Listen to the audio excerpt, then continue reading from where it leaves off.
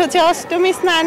এখানে ভক্তরা সমাগম ঘটিয়েছেন যাতে এখানে পাপ ধুয়ে আবার পুণ্য নতুন অর্জন করতে পারি, এবং এখানে আমরা পরিবার এবং সমাজ দেশের মঙ্গল কামনায় পূজা পাঠ করে থাকি।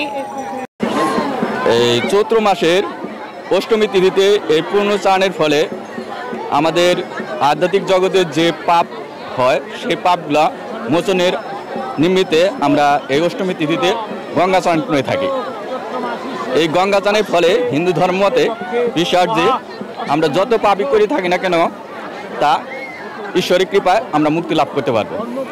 এই জন্য সবাই দেশ ও মঙ্গলের কামনার্থে আমরা এই গঙ্গা চান করে আসছি। স্নান কত বছর ধরে হয় এটা আমি নির্দিষ্টভাবে বলতে পারবো না, ছোটবেলা থেকে দেখে আসছি।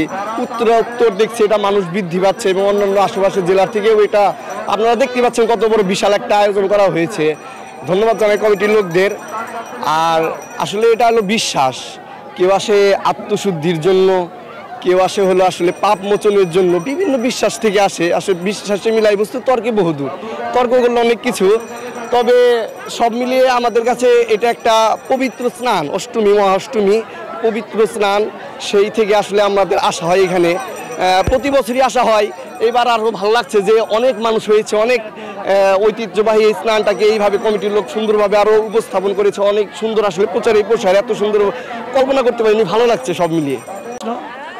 আমাদের সনাতন ধর্ম অবলম্বীদের একটু বিশ্বাস, সেই পূর্বপুরুষ থেকে সত্যযুগ থেকে এই গঙ্গা চান করলে আমাদের সকল পাপ দূর হয়ে যায় এবং যে মনে আশা করে এই গঙ্গায় স্নান করে তার মনের আশা পূর্ণ হয়।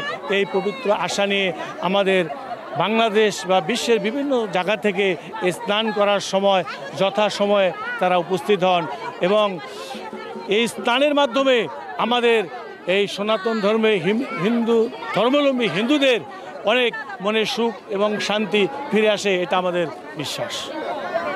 বসন্তকালে বাসন্তী পূজার অষ্টমী তিথিতে আমাদের এই মহাপুণ্য গঙ্গা স্নান করানো হয় এবং সনাতন ধর্মের অনুসারীরা বিশ্বাস্ত ধর্ম লোকগণ এনারা সবাই উৎফুল্ল এবং আনন্দ উৎসবে বিশ্বাসের সহিত ধর্ম অর্জন এবং পুণ্য অর্জন করার জন্য এই গঙ্গা স্নান করতে আসেন।